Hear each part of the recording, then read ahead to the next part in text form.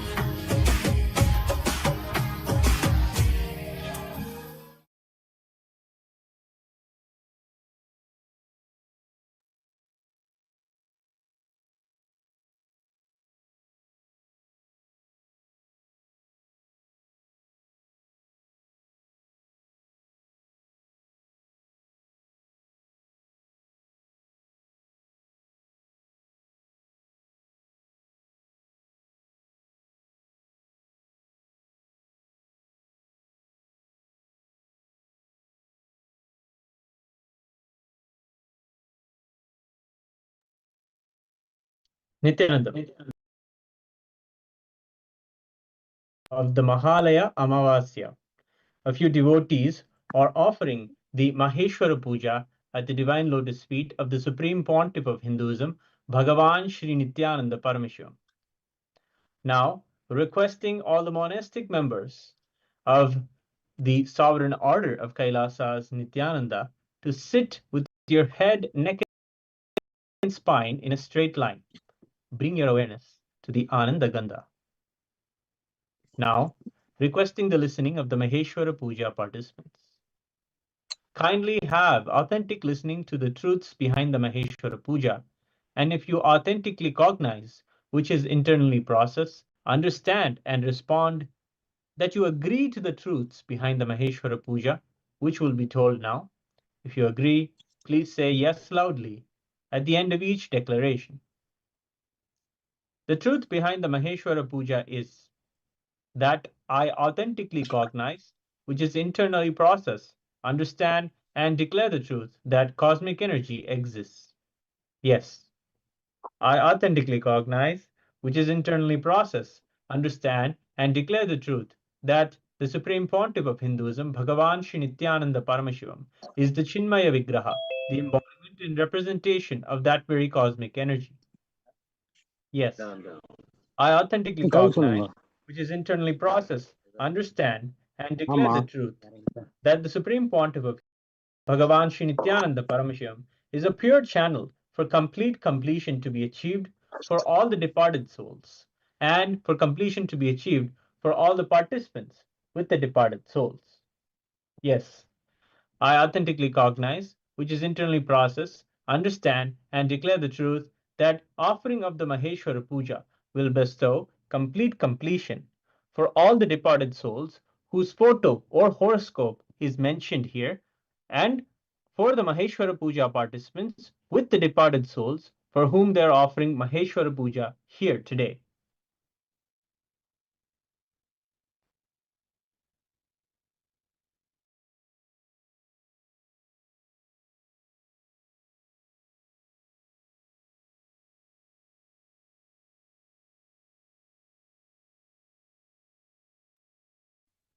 I authentically cognize, which is internally process, understand, and declare the truth that during the Maheshwara Puja, all the monastic members of Kailasa's sovereign order of Kailasa's Nityananda will become a pure channel for complete completion to be achieved for all the departed souls and for completion to be achieved for all the participants with the departed souls.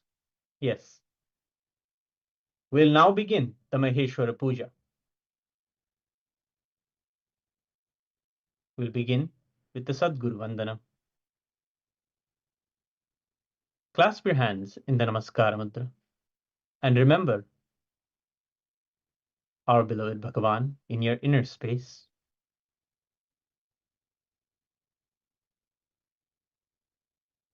We will now invoke him with the sacred mantra. Nityanandam Paramasukhadam Kevalam Jnanamurtim Dvandvatitam Sadrisham Tattvamasyadilaksham Ekam Nityam Vimalamachalam Sarvadhi Sakshibhutam Bhavatitam Trigunarahitam Sadgurum Tam Namami. नित्यानन्देश्वर परमशिवसमारम्भाम् नित्यानन्देश्वरी परमशिवशक्तिमध्यमाम् नित्यानन्दपर्यन्ताम् वन्दे गुरुपरम्पराम् ललाटे त्रिपुण्ड्रीनितिलकृतकस्तूरीतिलकः स्फुरन्मालाधारस्फुरितघटिकौपीनवसनः ददानो दुष्टारं शिरसि भनिराजं शशिकलाम् प्रदीपः सर्वेषाम् अरुणगिरि योगी विजयते. We'll now chant the Sankalpa mantra. Clasp your right hand in your left hand. Keep both your hands on your right thigh. In your inner space, visualize Swamiji showering you with all the auspicious blessings. Mamopatta samasta duritakshay dvara Bhagavad Shri Nityananda Paramashiva Prityartham Adhya Purvokta Evam Guna Visheshena Vishishtayam Asyam Shubhatito Shadamashnagotrodhvasya Mrgashirishā Nakshatre Vrishabharasho Jatasya Balaji Srinivasan Namadheyasya Anusha Srinivasan Namyaha Rohit Gupta Namadheyasya Leela Gupta Namyaha Surya Gupta Namadheyasya Helen Sav Namyaha Raghavan Sav Namadheyasya Radha Swami Namyaha Srinivasan Komandur Namadheyasya Anand Mohan Namadheyasya Vasudevan Raghavachari Namadheyasya Venkatanathan Raghavachari Namadheyasya Keshav Vasudevan Raghavachari Namadheyasya Vivek Bansal Namadheyasya Bhargav Sridharan Namadheyasya Sakudumbhasya हस्ता नक्षत्रे कन्याराशो जातस्य कनकसभेशन् कनकरत्नं नामधेयस्य उत्तरं नक्षत्रे कन्याराशो जातायाः सोबी रघुनाथन् नाम्याः भरिणी नक्षत्रे मेषराशो जातायाः साई लक्ष्मी कनकरत्नं नाम्याः पूर्णं नक्षत्रे धनुर्राशो जातायाः साम्राट साईनाथ कनकरत्नं नामधेयस्य तदें नक्षत्रे कुम्भराशो जातायाः शांता देवी रघुनाथन् नाम्याः स्वाति नक्षत्रे तुलाराशो जातस्य रत्नसोदिमलर् कनकरत्नं नामधेयस्य नितन् रघुनाथन् नाम अधेयस्य कुटुम्बस्य सोना कामत् नाम्याः विनय कामत् नामधेयस्य एहान् कामत् नामधेयस्य हंस Kamath नामधेयस्य एविन् Kamath नामधेयस्य cocoa नाम्याः सकुटुम्बस्य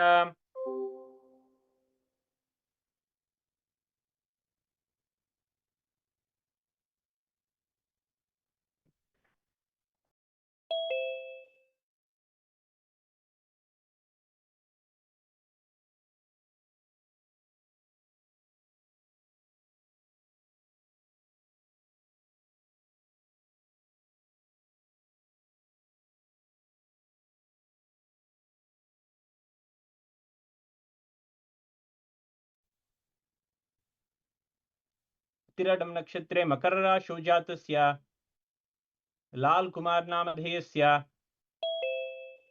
पूर्णं नक्षत्रे उत्तरं नक्षत्रे जातस्य मुकुन्दन् सुब्रह्मण्यं नामधेयस्य पूर्णं नक्षत्रे धनुर्राशौ जातस्य नित्यानन्दगोत्रोद्भवस्य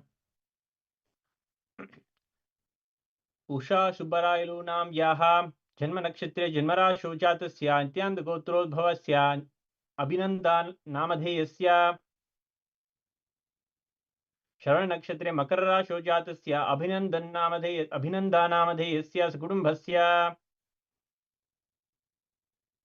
नित्य चिदंबरानन्दा नामधेयस्य नित्यप्रेमयानन्दानां याः सुकुटुम्बस्य शिवगोत्रोद्भवस्य उत्तरभाद्रपदनक्षत्रे मीनराशौ जातस्य कार्तिक नामधेयस्य उत्तरफल्गुनी नक्षत्रे जातायाः पद्मिनी प्रियानां याः रोहिणी नक्षत्रे वृषभराशौ जातायाः राजेश्वरीनां याः कृतिका नक्षत्रे मेषराशौ जातस्य सूर्यासायिनाम् अधेयस्य ऐल्यं नक्षत्रे आश्लेषा नक्षत्रे जातायाः दिया नाम याः सुकुटुम्बस्य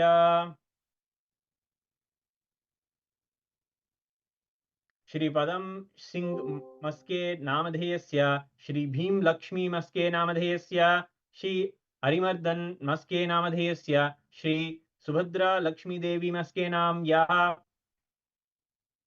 श्री गिरिभन कुमारी मस्के नाम याः श्री भिंशु प्रसाद मस्के नामधेयस्य श्री पद्मा कुमारी मस्के नामधेयस्य श्री सीताराम मस्के नाम याः श्री राधा मस्के नाम याः कुटुम्बस्य ह्याली नामधेयस्य चंक्षुहु हुआ नाम याः ज़ियाजुलिन नामधेयस्य ज़ियायी चैंग नाम याः ज़ियाशुचेन नाम याः सकुटुम्बस्य मा नित्य विद्यामयी नाम याः सकुटुम्बस्य नित्यानंद गोत्रोद्भवायाः रश्मि कुमारी नाम याः नित्यानंद गोत्रोद्भवायाः पारुल वेदा नाम याः कश्यप गोत्रोद्भवस्य विशाल वेदा नामधेयस्य उषा कुमारी नाम याः स्तुति वेदा नाम याः नगीना भरनवाल नाम याः गोहिल गोत्रोद्भवायाः नगीना भरनवाल नाम याः दीपका भरनवाल नाम याः संचिता मौर्य नाम याः शान्यु चौहान नामधेयस्य अहान मौर्य नामधेयस्य सकुटुम्बस्य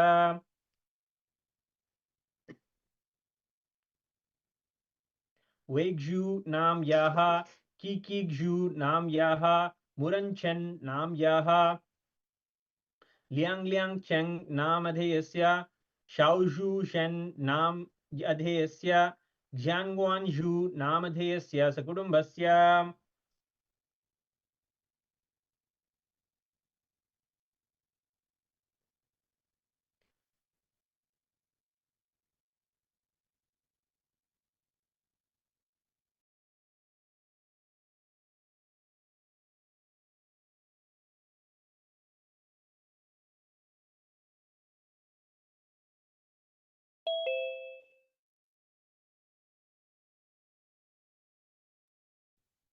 मकर राशौ जातायाः शरण नक्षत्रे जातायाः मानित्य गुरु प्रसादिनीनां याः उत्तरभाद्रपद नक्षत्रे मीन राशौ जातस्य सुखेल शोएफ नाम अधेयस्य चित्रा नक्षत्रे तुला राशौ जातायाः फतिमा मरियो नाम याः सकुटुम्बस्य यांगशिव शिव नाम याः यांगसोंग शान नामधेयस्य लैंगसिउ जू नाम याः लैंगजोंग जी नामधेयस्य यांगसिउ जूलियन नाम याः यांगसिउ मे नाम याः यांगजिया जे नामधेयस्य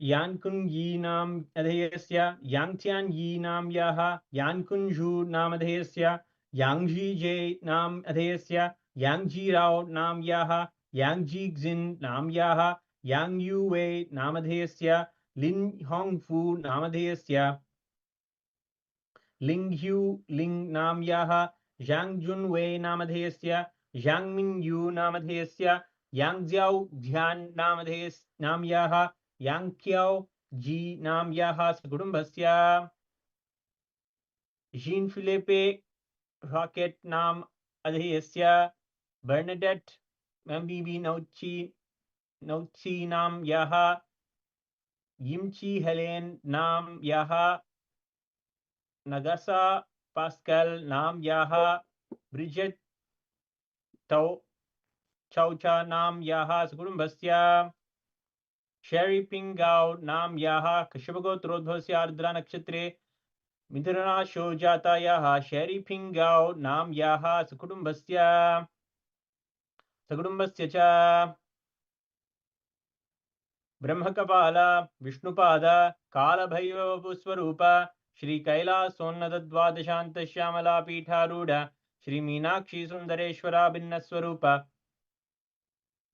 परशिवपुत्र रत्नकुमार गुरुमन्यतुल्यावतार श्री पार्वती स्तन्यपाद दिव्यज्ञान विश्रुत सकल निगमागमसारभूत द्राविड वेद प्रवक्तृ श्रीमत् परमशिव करुणा समितिगत मुक्तामय सुदरश्रेयान गीयमान चित्र चामर श्रीचिन्ह काहलादि समस्त विरडा बल्यलंकृत ज्ञान विज्ञान चक्रवर्ती सर्वजन संग सद्यो निर्वाण दीक्षा व्यापवर्ग वर्ष विश्रान जीमूत परमतकल भगेसरी शैव सिद्धांत स्थापनाचार्य श्री राजाधिराज पांड्य महाराज गुरु शपन शाख्यादि महांधकार निवारण ज्ञान भानु वीक्षणानर्ह अर्हतुदोच्छेदन पूर्वक श्रीमद् वृषभध्वज स्थापक शैव समय कर्तृ सर्वज्ञ पीठारूढ़ श्री जगद्गुरु श्री ज्ञान संबंध देशिक स्वामी वागीश सुंदर माणिक्य वाचक स्वामी नाम अवतार भूत श्री ज्ञान संबंध स्वामी पुनरुद्धृत श्यामला पीठ सर्वज्ञ पीठ त्रिनवत्युत्तर द्विशततम गुरु महासन्निधान अरुणगिरि योगीश्वर परंपरागत अरुणाचल सर्वज्ञ पीठ गुरु महासन्निधान कैलास परंपरागत कांची कैलास सर्वज्ञ पीठ त्रयस्त्रिंशदुत्तर द्विशततम गुरु महासन्निधान नित्योत्सव नित्यमंगल नित्य कल्याण नित्य रजित कैलास परंपरागत आदि कैलास नित्यानंद पीठ महासंस्थान महासिंहासन पीठ कर्तृ साक्षात् श्री परमशिव समुद्भूत कैलास परंपरागत वैवस्वत मनुइक्ष्वाकु हरिश्चंद्र भगीरथ श्रीरामचंद्र शूरसेन इत्याद्यनवच्छिन्न सार्वभौम चक्रवर्ती परंपरागत चतुष्षष्टि योगिनी मंडित चतुष्षष्टि संप्रदाय प्रवर्तक मनुधर्म शासन सूर्यवंश प्राप्त सर्वज्ञ पीठ सुरांगी साम्राज्य मूर्धाभिषिक्त चूड़ामणि साक्षात् श्री परमशिव समुद्भूत कपिल महागुरु पुनरुद्धृत महानिर्वाणी पीठ अष्टोत्तर सहस्र श्री महामंडलेश्वर साक्षात् श्री परमशिव समुद्भूत श्री महागणपति समारंभ अनवच्छिन्न पीठाधीश्वर गुरु परंपरा प्राप्त अटल पीठ अष्टोत्तर सहस्रतम अष्टोत्तर सहस्र श्री अटल पीठाधीश्वर धर्म मुक्ति स्वर्गपुर स्वर्ण पीठ त्रयोविंश गुरु महासन्निधान कैलास परंपरागत आदिपीठ सर्वज्ञ पीठ जगद्गुरु श्री कैलास पुनरुद्धारक श्री कैलास परमाचार्य श्रीमद् परमहंस परिव्राजकाचार्य वर्य सचिदानंद प्रणव स्वरूप श्रोत्रिय ब्रह्म निष्ठा श्रीमद् जगद्गुरु श्री लश्री भगवत श्री नित्यानंद परमशिव श्री ज्ञान संबंध देशिक परमाचार्य स्वामिनां प्रीत्यर्थम पूर्वोक्तानां सर्वेषां जीवन मुक्ति प्राप्त्यर्थम एतेषां दिवंगतु बंधुमित्रवर्गानां विदेह मुक्ति प्राप्त्यर्थम च परमशिव स्वरूप भगवत श्री नित्यानंद परमशिव मुखेन महेश्वर पूजाख्य कर्म करिष्ये।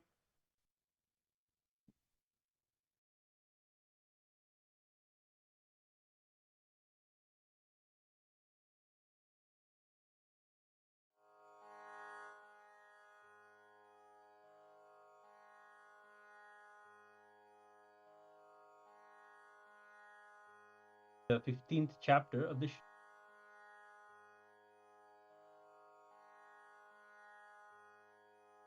Bhagavad Gita.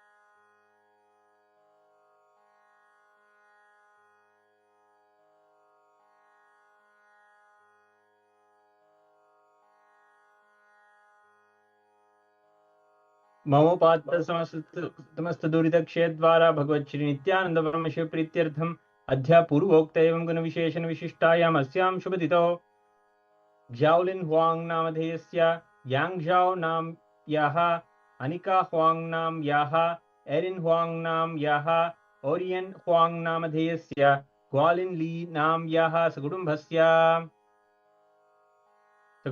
च मनसेप्सित सकल सदभीष्टकाम्यार्थ सिद्ध्यर्थम ज्ञान वैराग्य जीवन मुक्ति प्राप्त्यर्थम परम शिव मुखेन महेश्वर पूजाख्य कर्म करिष्ये.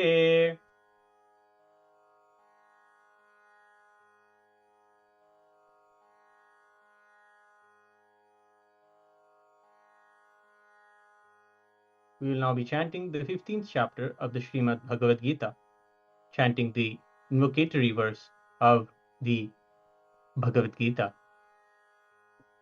Partaya pradibodhitam bhagavatam Narayanena swayam Vyasena graditham Purana munina Madhye Mahabharatam Advaitamritavarshinim Bhagavatim Ashtadashadhyayinim Ambhatvamanusandhadami Bhagavad Gite Bhavadveshinim. अथ पुरुषोत्तमयोगो नाम पञ्चदशोऽध्यायः. श्रीभगवानुवाच ऊर्ध्वमूलमधः शाखम् अश्वत्थं प्राहुरव्ययम् छन्दांसि यस्य पर्णानि यस्थं वेद स वेदवित्. Shri Bhagavan says, the imperishable banyan tree of life, symbolized by the Ashwatha, has its roots above with the leaves and branches spreading below the earth. The leaves are said to be the Vedic hymns.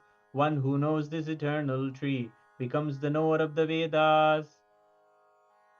अधश्चोर्ध्वं प्रसृतास्तस्य शाखा गुणप्रवृद्धा ऋषयः प्रवालाः अधश्च मूल्यान्यनुसन्ततानि कर्मानुबन्धीनि मनुष्यलोके. The branches of this tree extend below and above the earth, nourished by the three human attributes guna.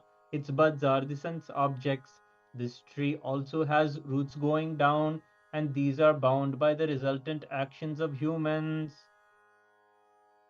न रूपमस्ये न तथोपलभ्यते नान्तो न चादिर्न च सम्प्रतिष्ठा अश्वत्थमेनं सुविरूढमूलम् अशङ्गशस्त्रेण दृढेन छित्त्वा. The real form of this tree cannot be perceived. No one can understand where it ends, where it begins, or where its foundation is. But with determination one must cut down this strongly rooted tree with the weapon of detachment. ततः पदं तत्परिमार्गितव्यं यस्मिन् गता न निवर्तन्ति भूयः तमेव चाड्यं पुरुषं प्रपद्ये यतः प्रवृत्तिः प्रसृतात् पुराणी. One must then seek that place from which having gone one never returns, and surrender to the Supreme Being from whom all activities started from ancient times. निर्मानमोहाजितसङ्गदोषा अध्यात्मनित्या विनिवृत्तकामाः द्वन्द्वैर्विमुक्ताः सुखदुःखसङ्ख्यैर्गच्छन्त्यमूढाः पदमव्ययं तत्.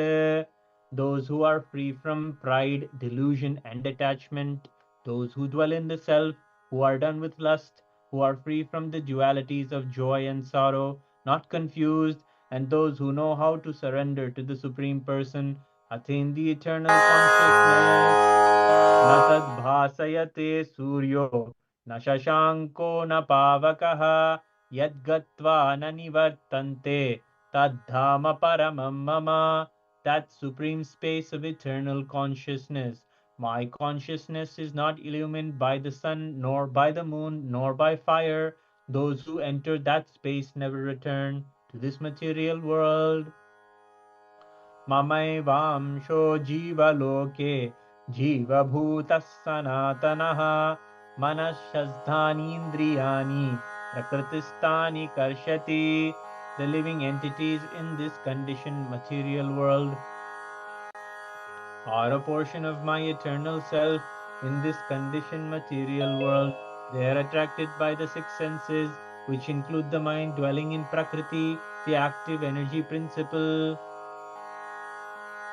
Shariram yadavapnoti yacchatyukramati grihitva etani samyati vayurgandhani vashayat. The spirit in the mind body living in this material world moves from one body to another, carrying these just as air carries aroma. Shrotram chakshusprshanam cha rasanam ghranameva cha adhisthaya manaschayam vishayanupasevate. The living entity, the spirit, leaves one body, takes some other body and gets new eyes, ears, nose, tongue and sensing body according to the samskaras it had in its causal layer and enjoys the new mental setup. उत्क्रामन्तं स्थितं वापि भुञ्जानं वा गुणान्वितं विमूढानानुपश्यन्ति पश्यन्ति ज्ञानचक्षुषः. Fools in ignorance do not perceive the spirit, being united with the gunas as it enters, enjoys and leaves the body. The one whose inner eye is open clearly perceives everything. Yatanto yoginaschainam pasyantyatmanyavasthitam yatanto prakritatmano nainam paschancha chetasaha. The serious practitioner of yoga with an understanding of his self can see all this clearly, but those who do not have an understanding of the self, however much they try, cannot see.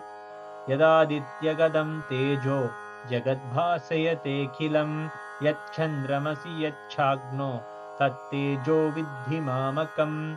The light of the sun and the light of the moon and the light of fire, all their radiance is also from me.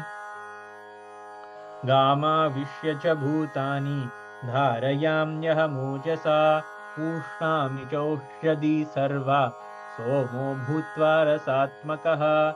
Entering into earth, I support all beings with my energy. Becoming the watery moon, I nourish all plant life. Aham vaishvanaro bhutva praninam dehamashritah pranapana samayuktaha achamyannam chaturvidam. I am the fire of digestion in every living body, and I am the breath of life exhaled and inhaled. Veda videva chaham. I am seated in everyone's heart, and from me came memory, knowledge, and their loss. I am known by the Vedas indeed. I am the creator of Vedanta, and I am the knower of the Vedas. Dvavimo purusho loke ksharaschakshara eva cha kshara sarvani bhutani kutastokshara yuchyate. There are two things, the perishable and the imperishable in this world. There are the living beings who are perishable, while there is the unchangeable, the imperishable.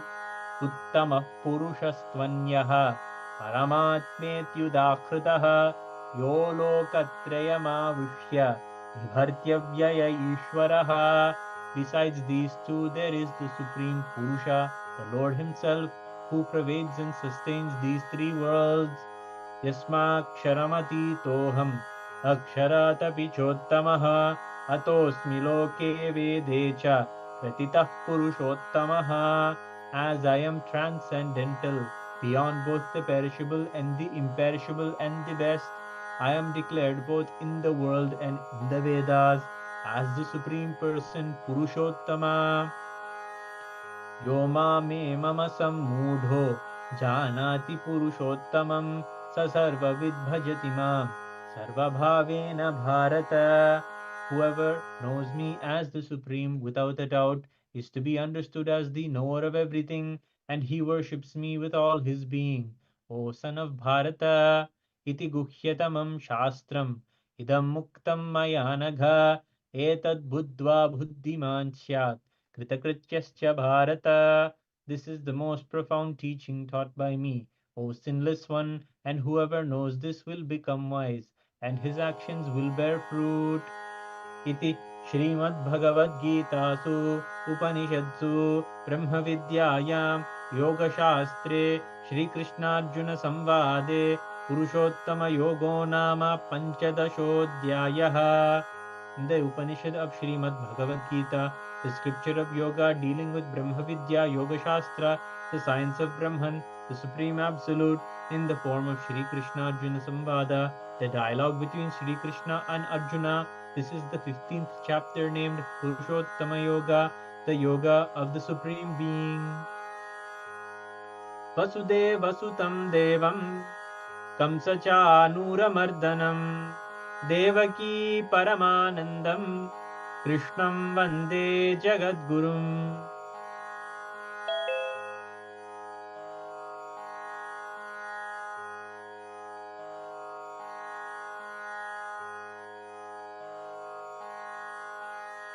We will now continue with the Manasa Puja, the internal worship.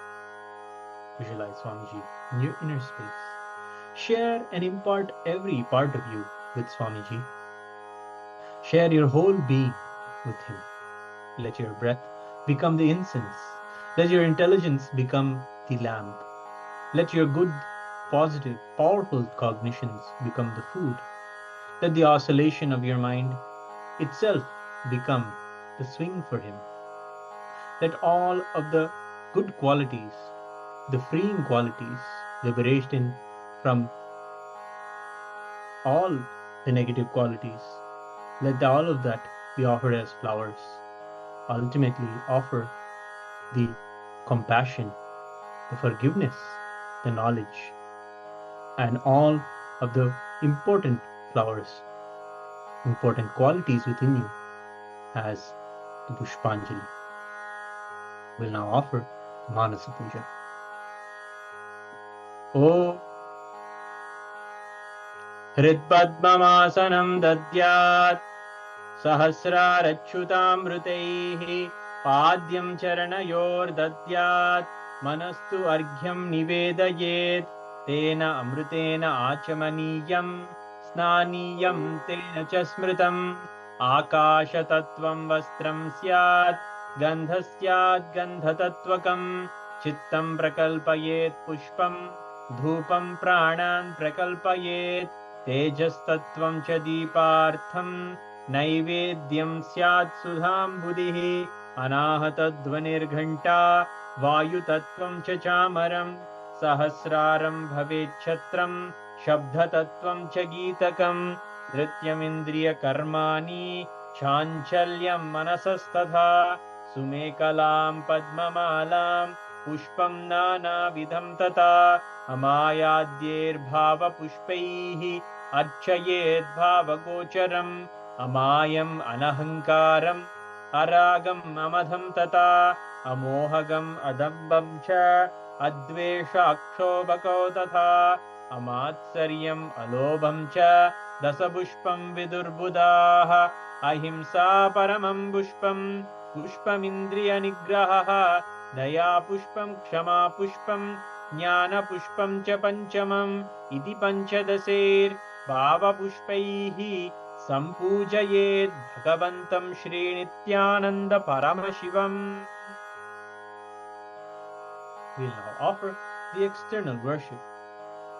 Following this, we'll offer the Arati to all of the monastic members of the Kailasa's sovereign order of Kailasa's Nityananda and to the lotus feet of our beloved Bhagavan. We'll begin the Upachara Puja.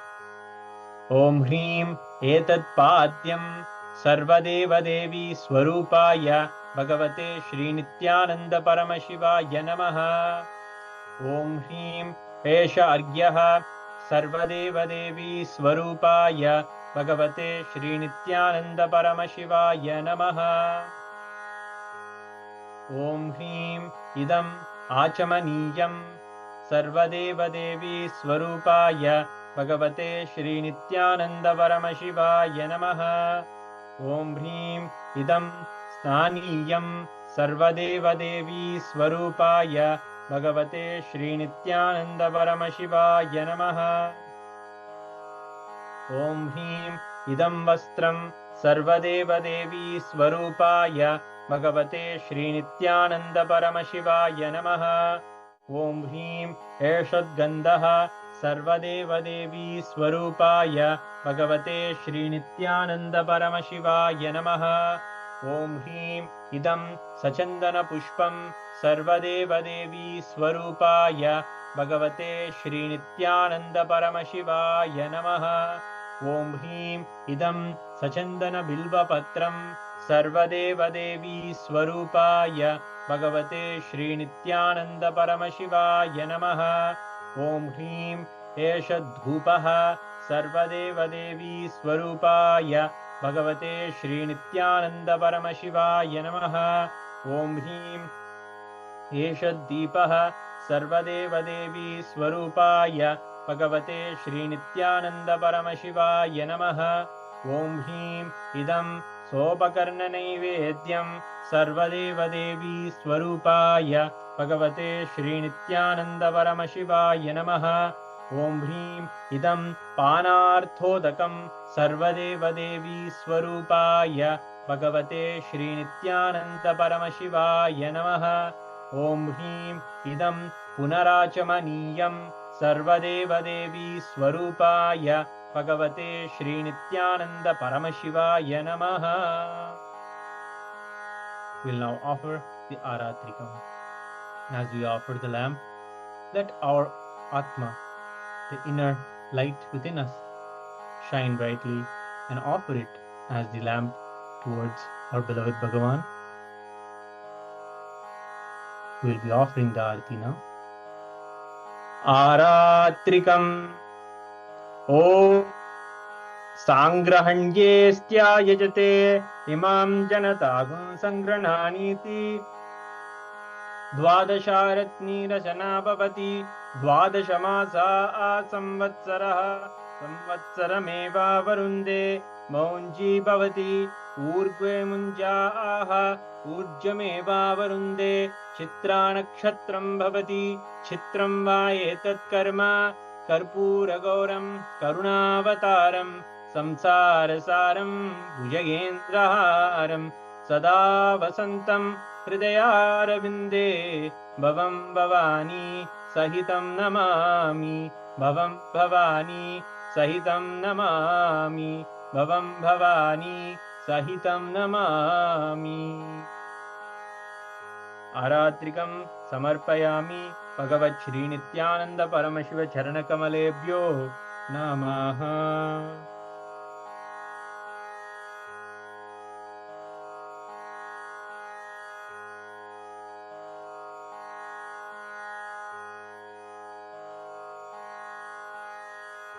We now offer a few verses from the Guru Gita, celebrating the Guru as the embodiment of all the gods and goddesses in our life, the one who removes all of the suffering and bestows the ultimate Paramadvaita into our lives.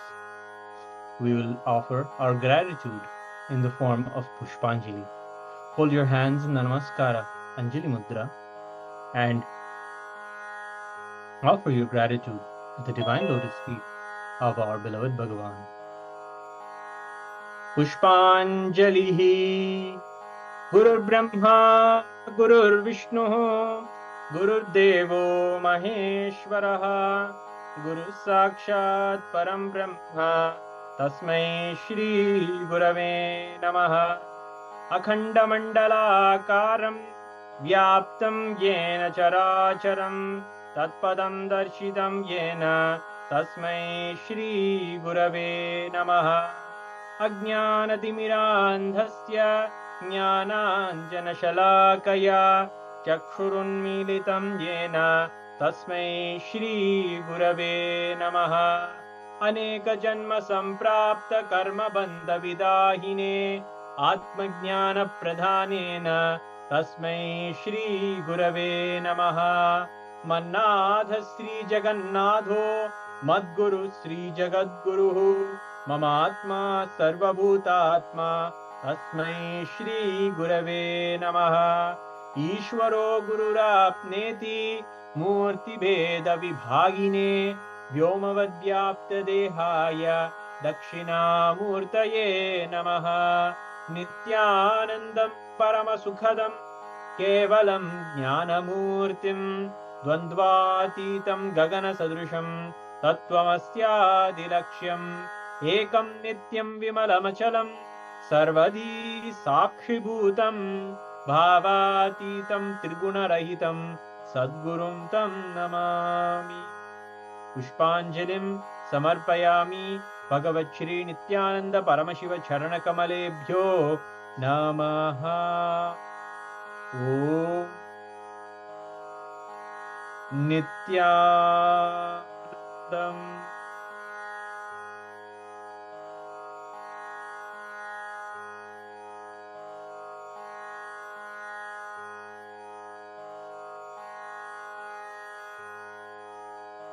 All the sannyasis of the monastic order of the sovereign order of Kailasa's Nityananda can now distribute and partake the Pinda Prasadam. We'll now chant the names of those today who are offering the Guru Dakshina at the divine lotus feet of our beloved Bhagavan.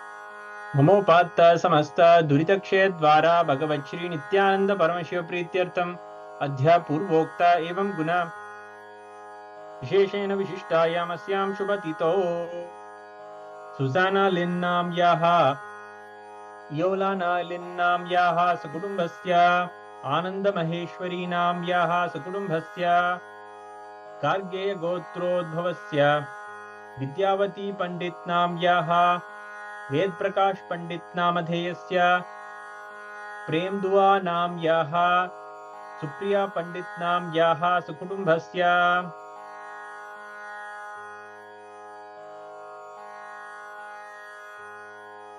Shiva पंडित नामधेयस्य सुकुटुम्बस्य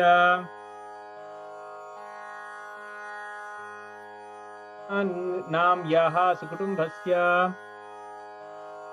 गोयल गोत्रोद्भवस्य उत्तराषाढ़ा नक्षत्रे मकर राशौ जातायाः वंदना अग्रवाल नाम याः आश्लेषा नक्षत्रे कर्कट राशौ जातस्य संजय अग्रवाल नामधेयस्य ज्येष्ठा नक्षत्रे वृश्चिक राशौ जातस्य शौर्य अग्रवाल नामधेयस्य सुकुटुम्बस्य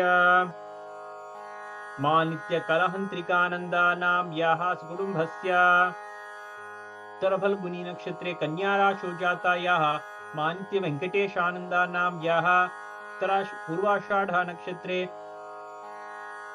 जातस्य नस्मियो मत्युसी नामधेयस्य मघा नक्षत्रे सिंहराशौ जातस्य एलियट मत्युसी नामधेयस्य उत्तर फल्गुनी नक्षत्रे सिंहराशौ जातायाः जोई मत्युसी नाम याः सुकुटुम्बस्य शिवगोत्रोद्भवस्य आविट्टम नक्षत्रे मकर राशौ जातस्य शिवकुमार नामधेयस्य स्वाति नक्षत्रे तुला राशौ जातायाः सुभाषिनी नाम याः रोहिणी नक्षत्रे वृषभ राशौ जातस्य शरवणन नामधेयस्य उत्तरादि नक्षत्रे मीन राशौ जातायाः शक्ति नाम याः केट्टे नक्षत्रे वृश्चिक राशौ जातायाः कलावती नाम याः सुकुटुम्बस्य श्रीनित्य भूतेश्वरानंदा नामधेयस्य सुकुटुम्बस्य मानित्य अपरिच्छेद्यानंदा नाम याः सुकुटुम्बस्य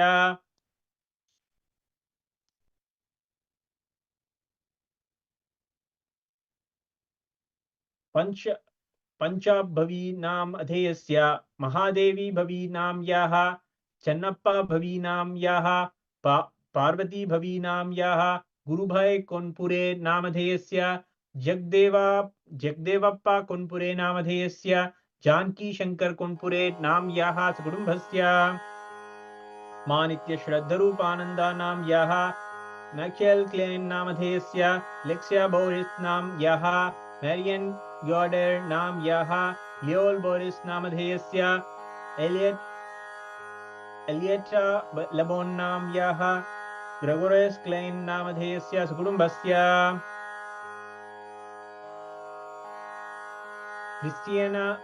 Christina Evrard नामधेयस्य, Bionnet Delacroix नामधेयस्य, Thibault Delacroix नामधेयस्य, Jean-Marie Bourdon नामधेयस्य, Carol Vamadeva Shivashakti नाम यः सकुटुम्बस्य, कश्यपगोत्रोद्भवस्य रिया नाम यः, युवराज नामधेयस्य, ईशा नाम यः, ज्योति रज्वानी नाम यः, गन्धगोत्रोद्भवस्य ज्योति रज्वानी नाम यः, नंद रज्वानी नामधेयस्य, भवेश नामधेयस्य, कृतिका नाम यः, कश्यपगोत्रोद्भवस्य शांता मीरपुरी नाम यः सकुटुम्बस्य, नित्य महाजयंतानंदा नाम यः सकुटुम्बस्य, ली किम कीमा नित्य ज्योतिर्मयानंदा नाम यः, रेमन गुई त्योंग हाई नामधेयस्य, जॉर्ज गुई जिन यांग नामधेयस्य,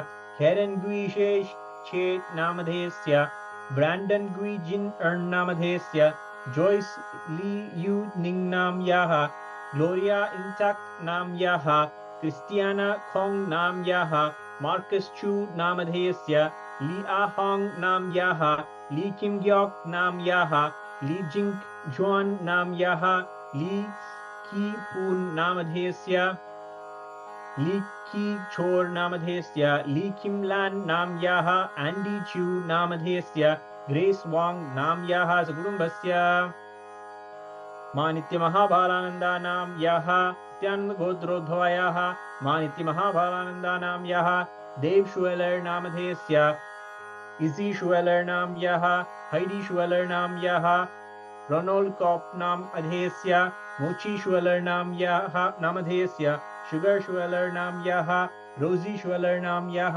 सकुटुम्बस्य, सुपर्णस गोत्रोद्भवस्य, कृतिका नक्षत्रे मेषराशौ जातस्य, मुरली कृष्ण मन्मरी नामधेयस्य, उत्तरभाद्रपद नक्षत्रे मीनराशौ जातायाः, सुमित्रा मन्मरी नाम यः, धनिष्ठा नक्षत्रे कुंभराशौ जातायाः, ग्रीष्मिका मन्मरी नाम यः, उत्तर नक्षत्रे कन्या राशौ जातस्य, निहल साई मन्मरी नामधेयस्य सकुटुम्बस्य, षडभिषा नक्षत्रे कुंभराशौ जातायाः, ज्ञानलक्ष्मी एन दयले नाम यः, आर्द्रा नक्षत्रे मिथुनराशौ जातस्य, साइप्रियन देले नामधेयस्य, पुनर्वसु नक्षत्रे मिथुनराशौ जातस्य, ह्यास देले दिद्री नाम यः, चित्रा नक्षत्रे कन्या राशौ जातस्य, किलियन देलये मैलोट नामधेयस्य, रॉबिन दिद्री नामधेयस्य, ग्वालमे दिद्री नामधेयस्य सकुटुम्बस्य,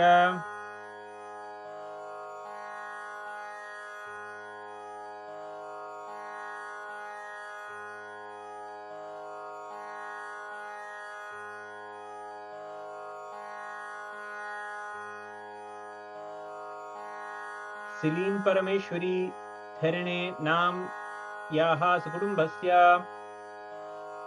जे वेणुगोपाल नामधेयस्य सकुटुम्बस्य, चित्रा नक्षत्रे जातस्य, सुवित सुरेन्द्रन नामधेयस्य,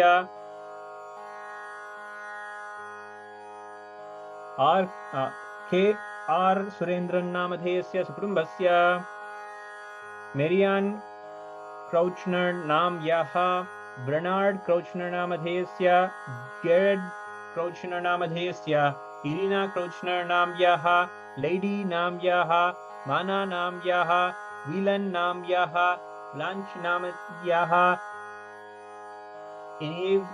इनेवा नाम यः सकुटुम्बस्य,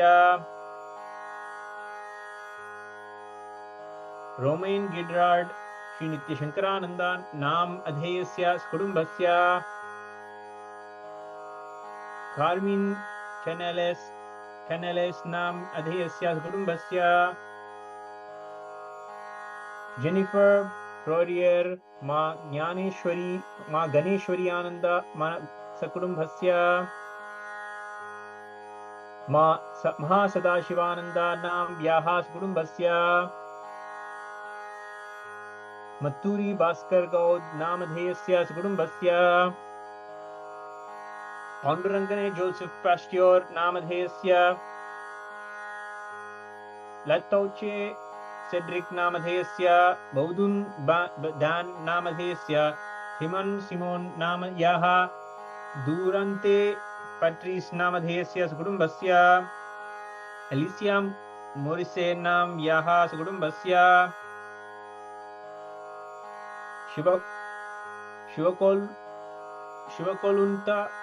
Shivakoluntu Sindadurai Namadheyasya Ananthi Sinnadurai Nam Yaha Kurunaniti Sinnadurai Nam Yaha Sinnadurai Vaithilingam Namadheyasya Mahendran Sinnadurai Namadheyasya Sivane Vaithilingam Namadheyasya Vaithilingam Kadinevelu Namadheyasya Sakudumbhasya Cha Manasepsita Sakala Satabhishtakamyartha Siddhyartham Jnana Vairagya Jivan Mukti Praptyartham Shri Sarvadeva Devi Swarupa Bhagavad Shri Nityananda Paramashiva Guru Dakshinam Aham Sampradade Harihi Om Datsat Sarvam Bhagavad Shri Nityananda Paramashiva Padukarpanamastu Om Nityanandam. In the heart of St. Kitts and Nevis, where the ocean meets the sky, a historic gathering is unfolding. The United Ancient Nations, a global forum where the world's first and ancient nations unite to share wisdom, confront challenges, and co-create solutions rooted in ancestral knowledge. The United Ancient Indigenous Enlightened Nations represents over 160 indigenous member nations and communities, advocating for more than 300 million people across all continents. Here, ancient wisdom meets modern action, fostering international cooperation, cultural preservation, and sustainable development through indigenous leadership. Beyond dialogue, the UAN experience nurtures the mind, body, and spirit. Sunrise meditation, yoga by the ocean, and cultural celebrations reconnect us to ourselves, each other, and the wisdom of the earth.